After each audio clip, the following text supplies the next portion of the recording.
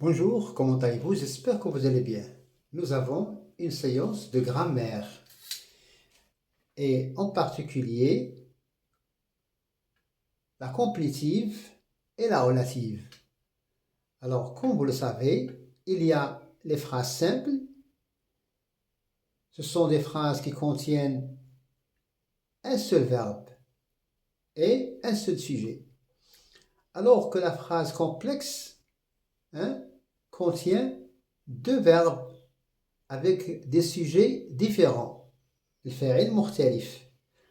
Alors, dans la phrase complexe, on trouve la complétive, la subordonnée complétive, la subordonnée relative et la subordonnée circonstancielle.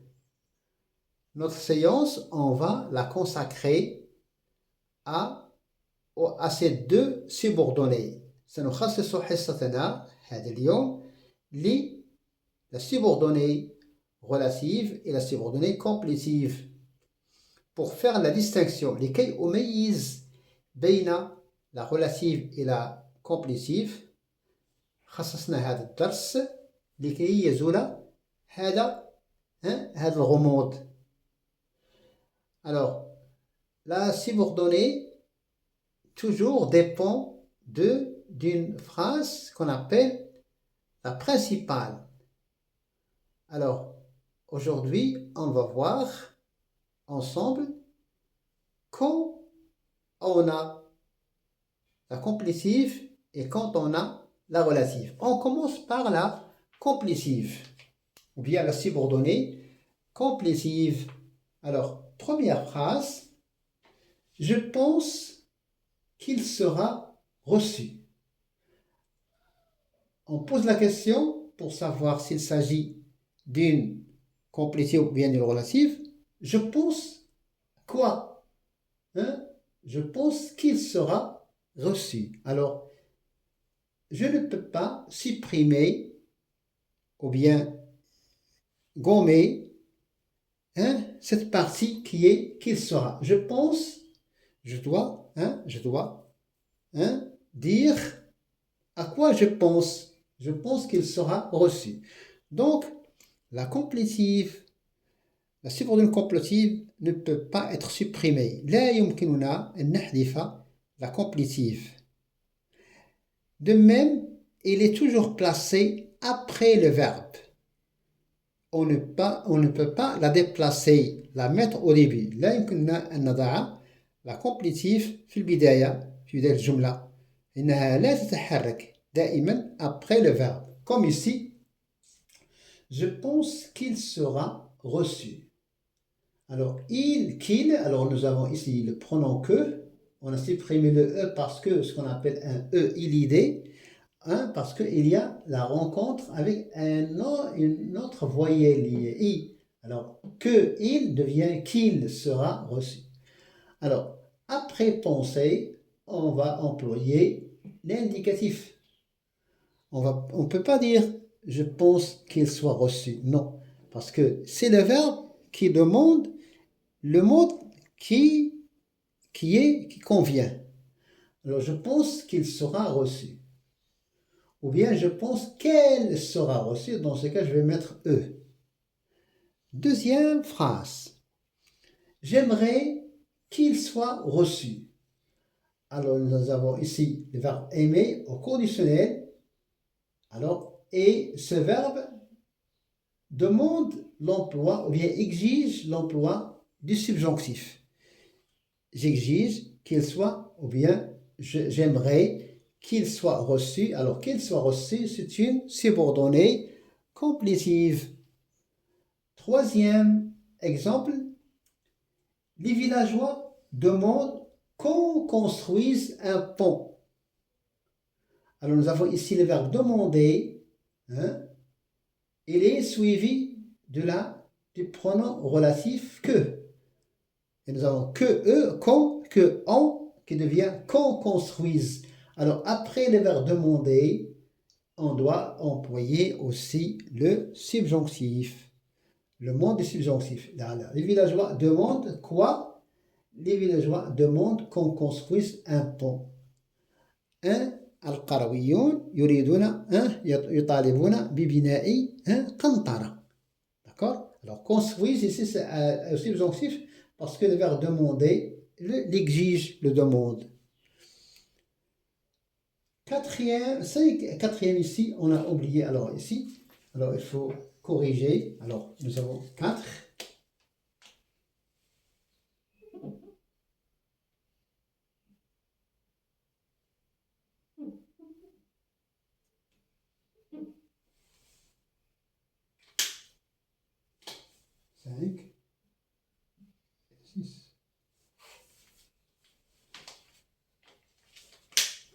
Alors, on s'aperçut, le verbe s'apercevoir au passé simple.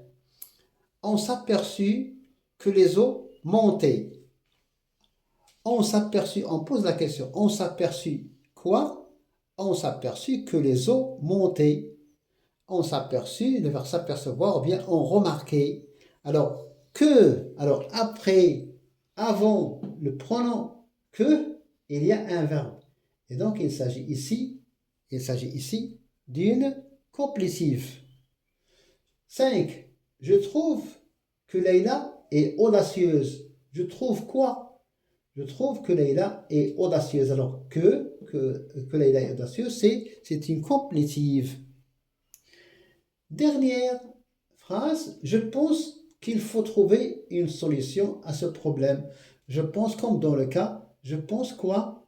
Je pense qu'il faut, alors qu'il faut trouver une solution à ce problème, c'est une complétive. Il complète le sens de la phrase. Je pense quoi? Alors je pense qu'il faut trouver une solution à ce problème.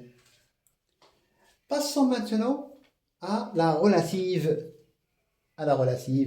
Alors, le livre que tu m'as prêté est intéressant. Nous avons ici le pronom relatif que. Par quoi elle est précédée? ما هي الكلمة التي تسبق هذا الحرف اللي هو le pronom relatif que. Alors nous avons le livre. Alors c'est un nom. Le livre que tu m'as prêté est intéressant. Que, c'est un pronom relatif. Tu m'as prêté le livre. Le livre est intéressant. Alors je relis les deux propositions principales et subordonnées. Alors on va obtenir le livre que tu m'as prêté est intéressant. Alors que tu m'as prêté est une relative. Le pronom relatif que est précédé masbouk bi un nom le livre. L'athlète qui a remporté la compétition sera récompensé. Alors, nous avons qui, le pronom relatif qui, il est précédé par un nom. L'athlète qui a remporté la compétition sera récompensé. Et donc, nous avons une relative. Alors, toujours, le pronom, il joue le même rôle que le sujet qui le précède. Hein? Le livre, que, il n'y a pas de différence entre le livre et que. De même, l'athlète qui, c'est qui remplace l'athlète. Si on ne connaît pas le nombre ou bien le genre, par exemple, les livres que vous m'avez prêtés sont intéressants. Les athlètes qui ont remporté la compétition seront récompensés. Et donc, qui et que ne font pas la distinction des genres. Alors,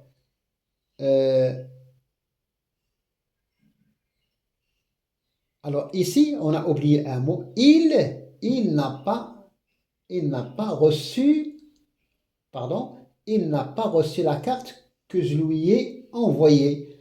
Que je lui avais envoyée. Il n'a pas reçu la carte que je lui avais envoyée. Alors, que, ici, c'est un pronom relatif. Il vient après le nom qui est la carte. Il a une application dont je suis heureux ou bien content. Alors, ici, nous avons dont c'est 2 plus le. Alors, il remplace l'application. Il remplace l'application. je sais les chemins par où je dois passer. Alors, où, par où, là, nous avons un pronom relatif composé par où. Alors, il remplace les chemins. Le travail que je te demande de faire est urgent. Hein? Alors, le travail vient avant le pronom relatif que. Donc, il s'agit d'une relative. Alors, pour résumer, la relative, dans la relative, le pronom est précédé, يعني مسبوق un nom, un substantif. Alors que dans la complétive, le pronom que, il est précédé d'un verbe. دائما, le verbe qui يكون سابق le pronom relatif. Merci et bonne chance. Salut.